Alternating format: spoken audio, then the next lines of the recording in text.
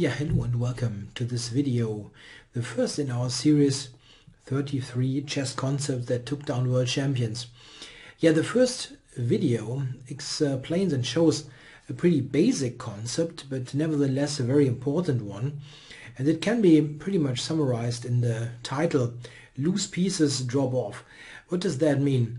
What is a loose piece? A loose piece is usually an unprotected piece, or a piece that somehow is not very well organized. It is unprotected, or maybe in a pin, or serves some kind of purpose in a game and might get overloaded. So we should look at a couple of concrete examples to make things a little bit clearer. Loose pieces can be a decisive factor, even early on in the game. And we start with, I believe, the quickest loss ever of a world champion. At the time, Vishy Anand was not the world champion yet, but he was already a pretty strong player, as you can witness from his ELO rating he displayed. He was playing black against Alonso Zapata, Grandmaster, and we see Vishy employing the Russian defense, the Petrov defense, and we had those moves. We are on move 4, and now Zapata played knight c3. This game is from 1988, fairly old game. At the time this was a sideline, not much known. Nowadays it's arguably the main line of the Petrov defense. Yeah, and now everybody basically captures on c3. Yeah, this is the currently fashionable variation. However, Anand did not do that. The only feasible alternative, by the way, is to drop the knight back, which is very safe. Knight is just retreating. So what did Vishy do? He actually played the move bishop to f5. And this is already the losing mistake. So what is the issue, and why is the e4 knight loose? Yeah, it's currently just protected once by the bishop, and the issue is that the knight sits on an open file, this open file, like right in the middle of the board, the e file, where both kings are placed. So white played queen to e2, setting up this pin on the e-file, and now the knight could not move. The problem is that white is threatening with devastating effect the move d3. So if black decides to cover this knight with the pawn, then d3 wins this unlucky piece on e4. So what did Anand do? Actually, he didn't do anything. He just resigned here, making it a 6-move loss. So why did he resign? Isn't there queen e7? Of course, this is covering the knight, so knight takes, queen takes would be fine. But the problem is that white has to move knight to d5, yeah, attacking the queen, and now the queen has to do two jobs. Block the e-file, yeah, to make d3 impossible or ineffective, and of course the knight is double attacking also on c7. So if the black queen now decides to stay on the e-file, it just gets lost to a big fork. And if it goes back, let's say to d8, then d3 is getting this problematic knight attacked and impossible to save. Now after something like c6, white can just retreat if he likes and takes with convenience next move. Yeah, that was the quickest loss ever by a world champion, I believe, even though Anand was not the reigning champion at the time. So how can you identify bishop f5 as a problematic move? The knight on e4 is a loose piece because queen e2 attacks it, and you cannot move it due to a pin. Whenever you're setting up yourself for being pinned, be very, very careful if this is really going to work out well. Another very quick game by a world champion was this one. It's a famous game, actually, a short game, but quite well known. We have Larry Christiansen, Larry C here on the ICC, playing white in the, it was Tilburg, I think, no, Hochofens tournament in Wijk, 1993. And Karpov is playing black. It's black to move. So just imagine yourself being black in this position. What should you watch out for? Very important is to recognize and be very conscious about the knight on h5. the knight on h5 is absolutely not protected. This is a loose piece. So whenever it is attacked, and that can easily happen by bishop e2, for example, or even g4, a pawn move, the knight would have to move, or being protected if it is attacked by a piece. So white always has tempo moves available on that loose piece. So Karpov now probably had his particular setup in mind. He wanted to put the bishop to d6 and maybe the queen to b8. He had done something like that in an earlier game. Yeah, queen b8, for example, is a very much playable move. This looks at the f4 square and gives the knight an additional square. If white now attacks the knight, for example, let's say like that, you can react easily by putting it on f4, for example. So something like that would have been okay. What Karpov played was not okay. He played bishop to d6. And this is the moment that is extremely instructive. You can just say, okay, it's a blunder, he had a bad day. But one thing is important for your own games. Keep in mind that unprotected pieces, they have to react to attacks. And if two of them are attacked, you might not be able to save them. And this is such a case. The bishop on d6 is unprotected, as is the knight on h5. And this means if white manages to attack both pieces, black would have would need a move that protects them both. And what did Larry play now? Yeah, it's actually a move that is somewhat counterintuitive, because he just put the queen back to d1. And now we see the problem. It's a double attack on those two loose pieces, and Karpov here has no move to protect them both.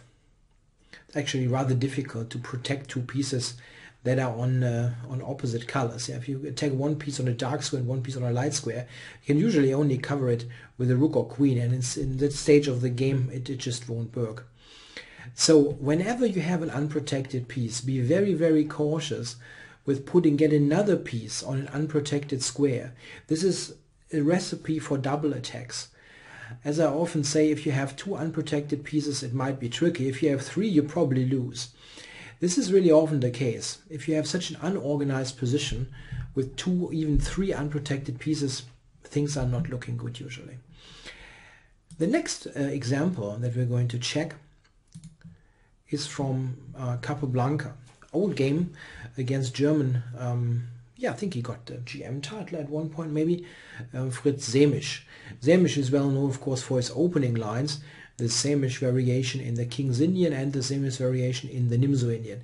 As we can see here, and if you know the Nimzo Indian defense, this was a Nimzo Indian. So Capablanca here tried out the Nimzo Indian defense. At the time, this was somewhat, yeah, offbeat, yeah? Everybody played the Queen's Gambit.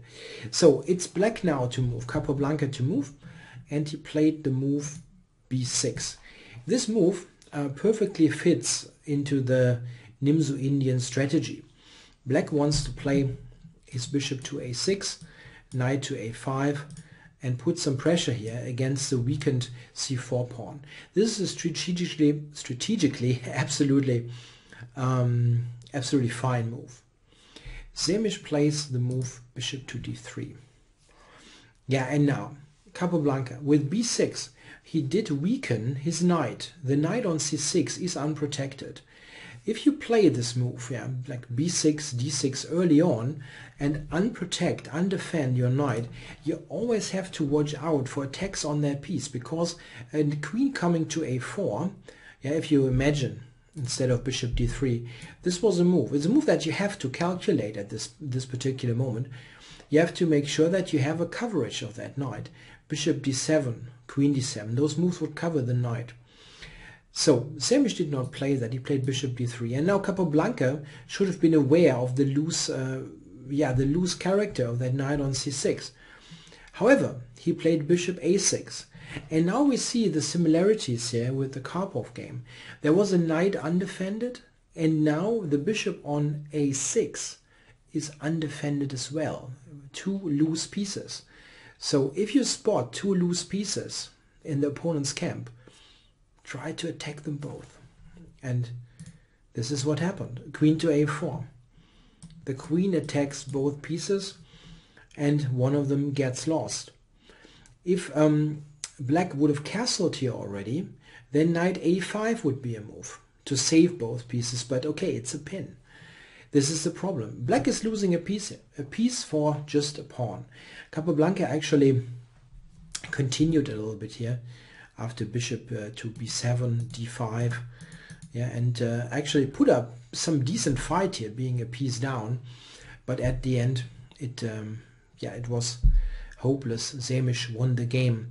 Yeah, legend is that, by the way, that Capablanca blundered that piece because his wife was present in the tournament hall, and then one of his let's say girlfriends entered the hall as well, and he got irritated that there shouldn't be a meeting of the two. So okay, you never know how much truth is in those stories, but might be true. So again, two pieces undefended, very important to make sure that you are not on the receiving end of this. These examples were reasonably simple, but there are far more complex situations that actually have the same concept. Have a look at this position. We have Capablanca again playing. He's white and it's his move. Black is Sir George Alan Thomas. Why is that a case of a loose piece? Let's check. White has one unprotected, one loose piece on b5. That bishop is not defended at all. So why is this important? White always has to check for moves that attack the piece because he has to react to that attack. And if there is a double attack, it's a problem. So what happened here? Capablanca here can play a normal move, let's say. Normal, yeah, like bishop d3, or like put the bishop back to f1. Just play something safe if you want. What he did, however, was a mistake. He took the knight on e4. Black captured on e4. And now Capablanca played knight to d2. And this is an interesting, instructive moment that you can use also as an exercise. You can always pause the video and try to find moves for yourself. How did Sir George Alan Thomas now use the fact that the bishop on b5 was undefended? Well, I actually get to that position in my notes. Yeah, did you get it right? I'm going to show it now. He played an excellent move. He captured on d2. Yeah, what's the point? Okay, white has to recapture. Black has sacrificed the exchange. But now we see the big point. If you check this position now, absolutely all white's pieces are loose. Both rooks, the bishop and the queen. While the queen, okay, it's not so relevant. More so, the other pieces. Have a look. Queen a5. And now we see this is hanging, the rook is hanging, and indirectly the e1 rook hanging as well. So this is a double attack. It's impossible now to cover d2 and b5. So white will lose the rook, or I should phrase it differently. Black will get two minor pieces for rook. Yeah, Capablanca played b4, but now Sir George Alan Thomas took b5, and black has clearly the better position. Yeah, like here we can just by material, black is a lot better, and black's pieces have a good coordination. Knight will come to e6, potentially to f4, to d3, yeah, something like that. And the rooks don't have clear targets at the moment. So black enjoys a very, very substantial advantage. With a good technical play, it's a winning advantage. And he managed to convert this quite convincingly. So what Capablanca did not do here in this position, he just was not alert enough to recognize that this bishop is a strong liability. The next sample position is again from Capablanca's, but this is a quite complex situation. We have this position here where it is white to move. Rubinstein, great Akiba Rubinstein, is white.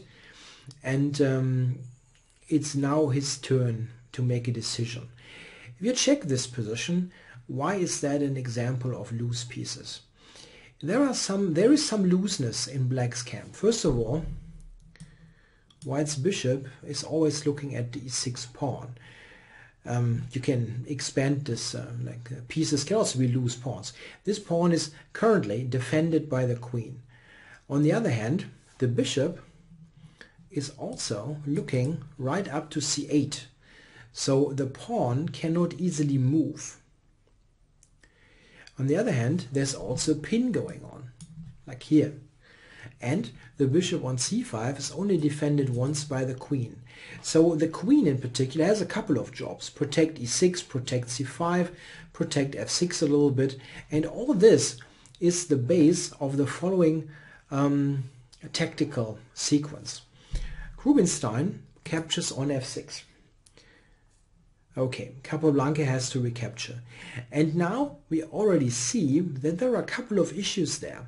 He took with the queen. If he would have taken with the rook, we see that knight takes d5 already is a big issue. Oops, very, very uncomfortable. That rook now is also a very, very loose piece. So the queen had to capture on f6. And now we see this is unprotected, which allows knight takes d5.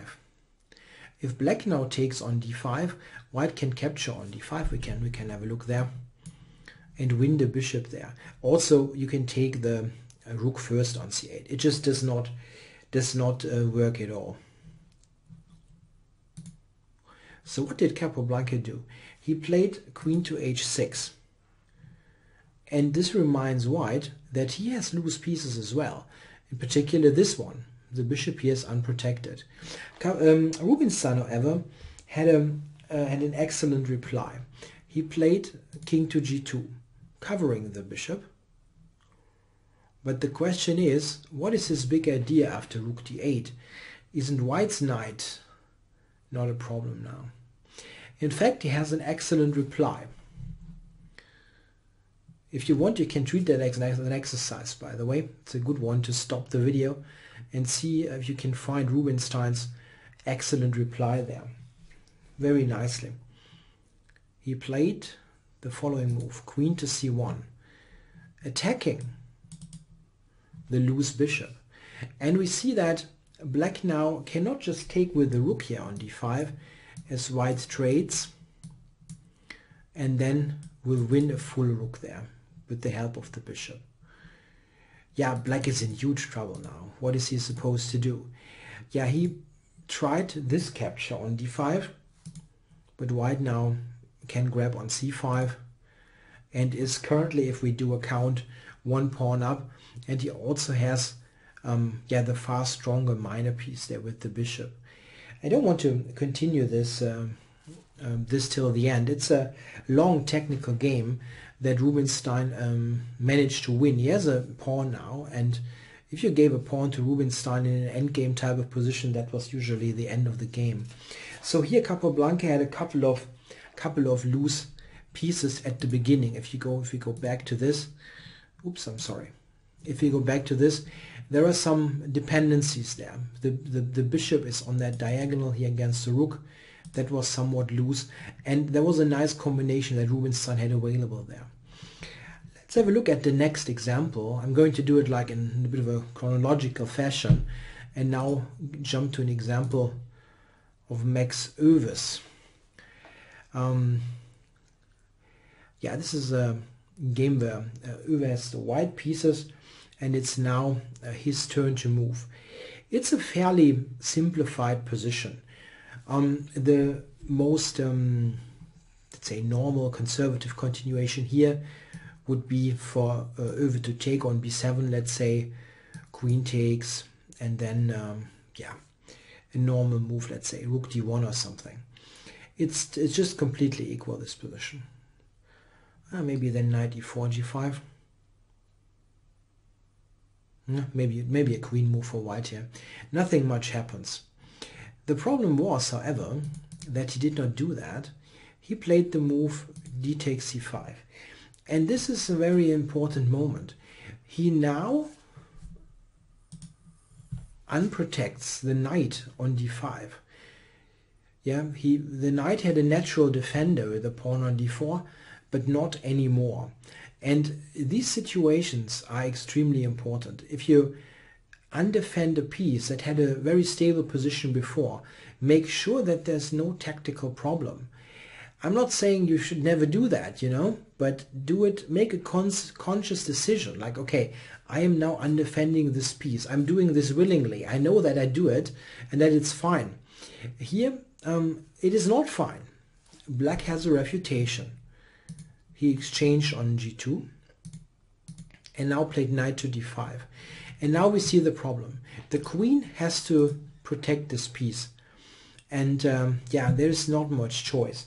In the game, what did Oewe actually do? Did he still try that? No. Yeah, so queen d4 would be the normal move to defend the piece. But that doesn't help. It just does not help.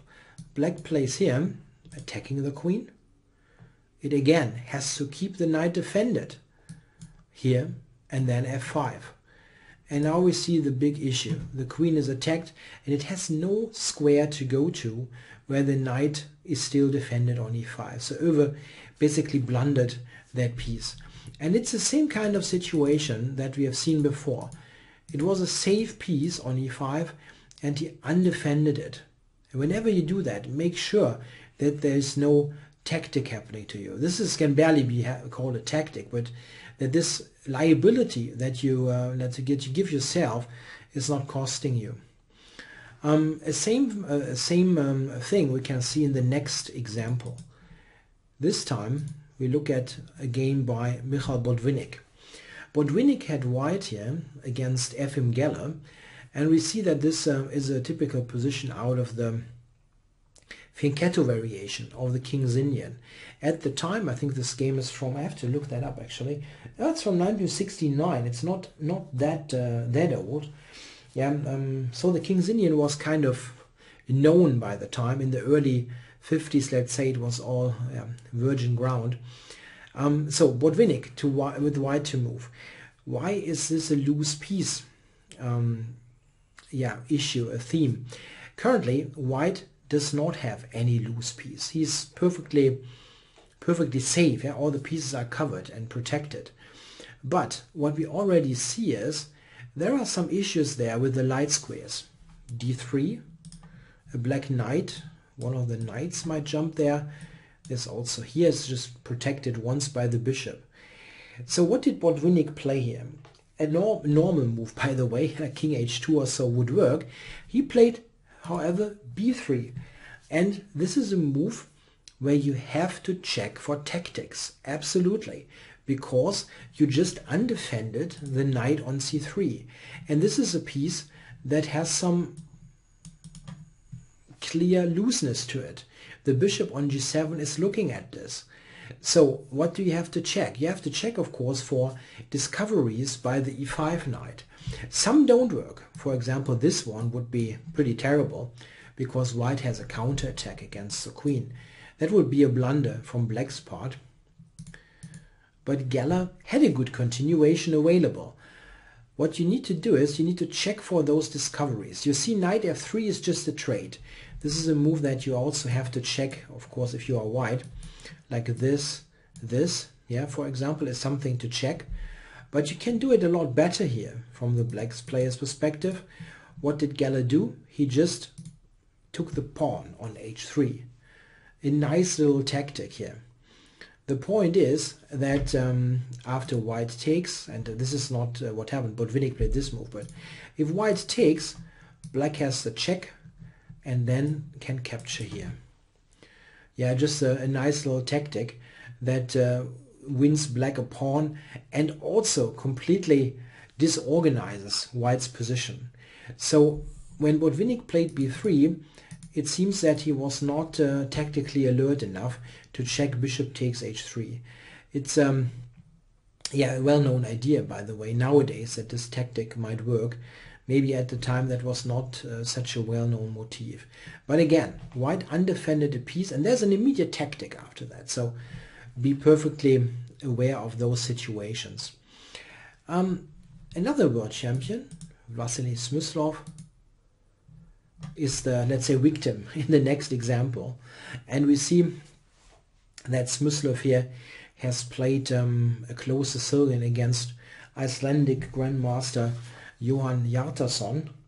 The position is probably roughly equal here, and Smyslov should probably play a typical move out of the close Sicilian, maybe like knight d1 or so, to prepare c3.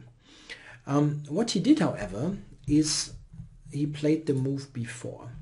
And this doesn't look like anything special. Before is not an untypical move in the close Sicilian, but here there is a huge problem, because what you do is you undefend the knight on c3. Ever seen this pattern? Yes, we saw that in the same idea, same concept in the game before, where Botvinnik played b3 and undefended his knight on c3. And there is again a bishop on g7. So why is that a problem? Yeah, maybe make a little exercise for you. How could Hjartarson now exploit white's mistake? And you can win now with black. It's not just getting a nice position or so. Black to play and win. It's about the loose piece. So I'm going to show it. He took on f3 with a check. So white has to recapture. And now we see loose, just protected once, and unprotected means check for double attacks. And here it is, queen to f6. Cannot cover them both. It's just not possible.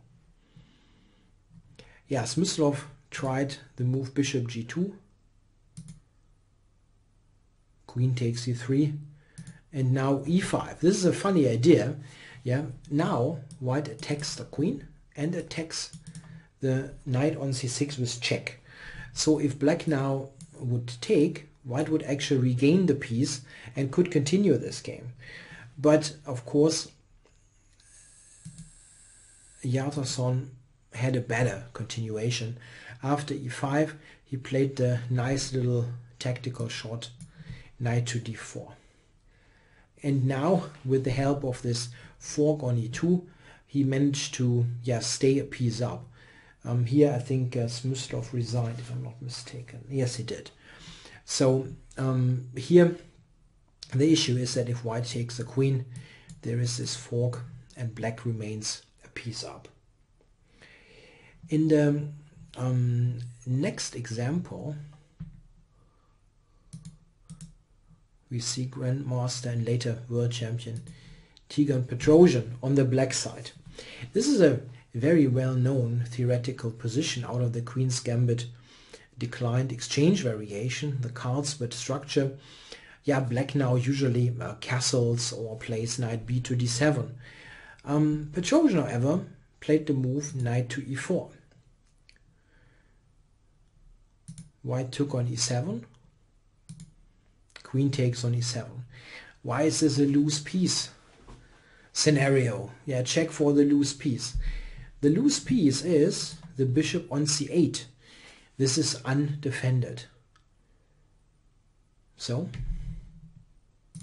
white can actually take on d5.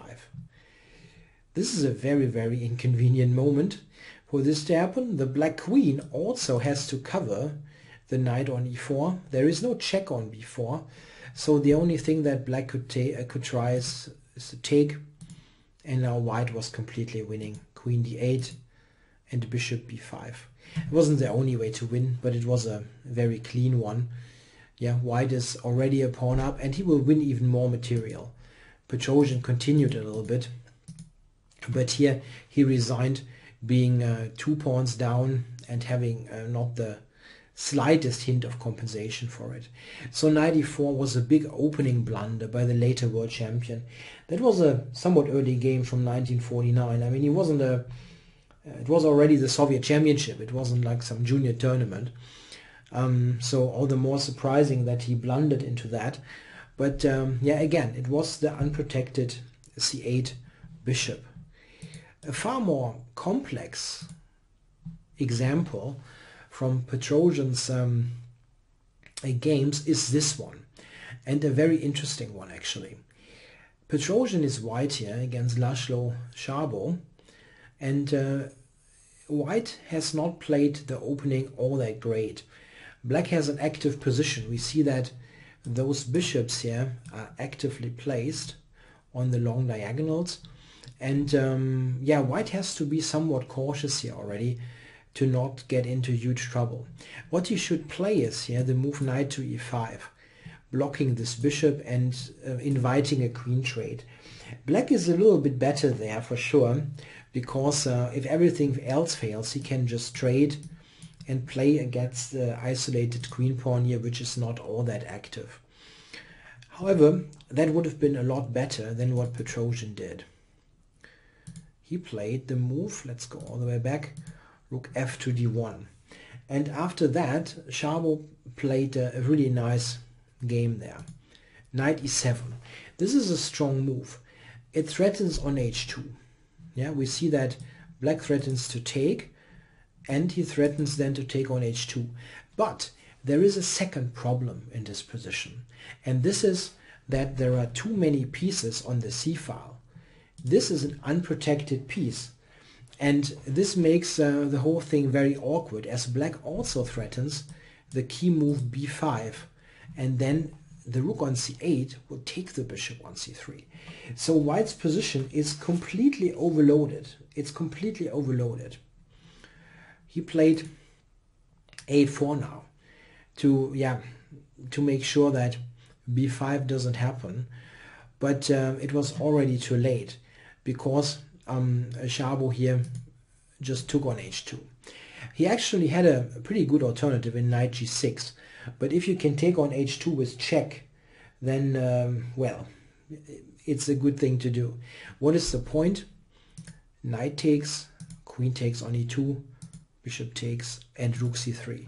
That loose piece dropped off. Yeah, very very nice version of this theme. At the beginning, this was one issue, but also the big pressure that black had on the king side. So very nice example here. The next one is from Boris Spassky. Yeah, it's an opening position actually, where Spassky is playing black against Pia Kremling. Here, the absolutely standard move for black is to black to move is to take on d4. White then usually takes with the queen, can also take with the knight. Okay, I don't want to make an opening discussion there on this line from the Bourguignon. Spassky played the move b6, which looks entirely innocent, of course. Looks like a completely normal choice to fianchetto, but it actually has a problem. Kremling took this pawn, Spassky recaptured, and now loose pieces also includes loose pawns. If you check black's position, what is loose there? The rook is loose, but cannot be attacked at the moment. Then at the end you will get to the pawns, and you see that this pawn is undefended and this pawn is undefended. And that's it with the pawn. Black now will lose one pawn, c5 or g7. This is actually not 100% clear. Black does get some sort of compensation, but it is still not a situation that you want to be in. I think Spassky did not willingly sacrifice this pawn. He just basically stumbled into that. Check for those situations. It's a double attack. Yeah, black played d6 and tried to get some compensation there, but it is just a little bit of a development advantage that he has. It's not entirely clear, but white certainly is for choice. The next game is also featuring Boris Spassky, and it's a big upset from a tournament played in Germany. I have to check. It might have been the German Bundesliga. Let me check this. No, it was the International Championship. German International Championship 1979. Yeah, we have a game here. Harald Lieb playing white and Spassky black. It was a position, I think, out of a Vienna game, or yeah, I think a Vienna game. And Spassky is black, and it is his turn. It's a fairly unconventional position. We see that currently white actually has some loose pieces. Yeah, the knight on a4 is a little bit offside. The rook on g1 is unprotected. That happened after Spassky took on g1. The bishop on c5 took on g1. Here, Spassky should have played the move knight g to e5 with this threat. Bishop g4, tempo, and then knight f3, yeah? Making a fork on queen, on king and rook. It would have been a very awkward situation for white here, as also there is a strategic threat to take on c4. Here black has a fantastic position and a huge advantage. Spassky, however, didn't do that. He took on h2. So, have a look. This is undefended, this piece. Of course, he threatens bishop g4, just as he would have been able to with knight g to e5. But the thing is, it's white's move, and white is playing. You can have a look yourself. What can white do in this position? I'm going to play it now. Queen to h5. Double attack. Threatening mate on f7, like in the scholar's mate, yeah? But at the same time, the knight is attacked on h2. So Spassky, instead of using white's looseness in the position, took on h2 and put this knight in an undefended spot on h2. White is just winning a piece, and Lieb managed to pull that upset here. We see that he didn't even have an international ELO rating at the time, so it's a huge one. I think he later became a FIDE master, if I'm not wrong. So yeah, a big blunder here by Spassky, who actually undefended his knight very willingly by taking on h2. Yeah, we also have very modern examples of loose pieces, and I'm going to show you one example of the world champion Magnus Carlsen, current world champion Magnus Carlsen. This is a game that Carlsen played against Yannick Pelletier in 2015. It was a slowish maneuvering game where Carlsen tried to grind something out of nothing, as he often does. And here in this situation we have an equal material ending where probably nothing much is happening. One thing, however, you have to be aware of. It's white's move, and he has to move his rook somewhere. It is attacked by the king. Same time, this knight is not defended. So whenever the black knight moves, there is a tempo on the white knight on d3. So Carlsen should take that into account and move the rook somewhere safe. However, he played the rook to g8. And this attacks the g7 pawn. However, after knight e7, we see that that rook is undefended, and this knight is undefended and hangs with check. And this is the issue. Carlsen now can take on g7, but this falls with check. And after king move rook to d7, Pelletier was a full piece up, or a piece for a pawn, and managed to win this game quite easily. It's not a difficult technical task. So we've seen many examples here from world champions ignoring this particular concept that you should avoid loose pieces, or if you get loose pieces in the game, check very carefully that there is not a double attack or some pin that can actually lose you this piece. Sometimes it's really what the title says. They drop off the board, like completely getting lost, or you get huge problems because you have to somehow take care of those pieces and make huge concessions. Whenever you have lots of undefended pieces, make sure to check nothing bad happens. On the other hand, if you see undefended pieces, loose pieces at in your opponent's position, make very sure that you check if you have a tactic. As I always say, if he has 2 undefended pieces, tricky. If he has 3, there should be something. If he has 4, there must be something. So really check very carefully. Yeah, I hope you enjoyed the video. Thanks for watching.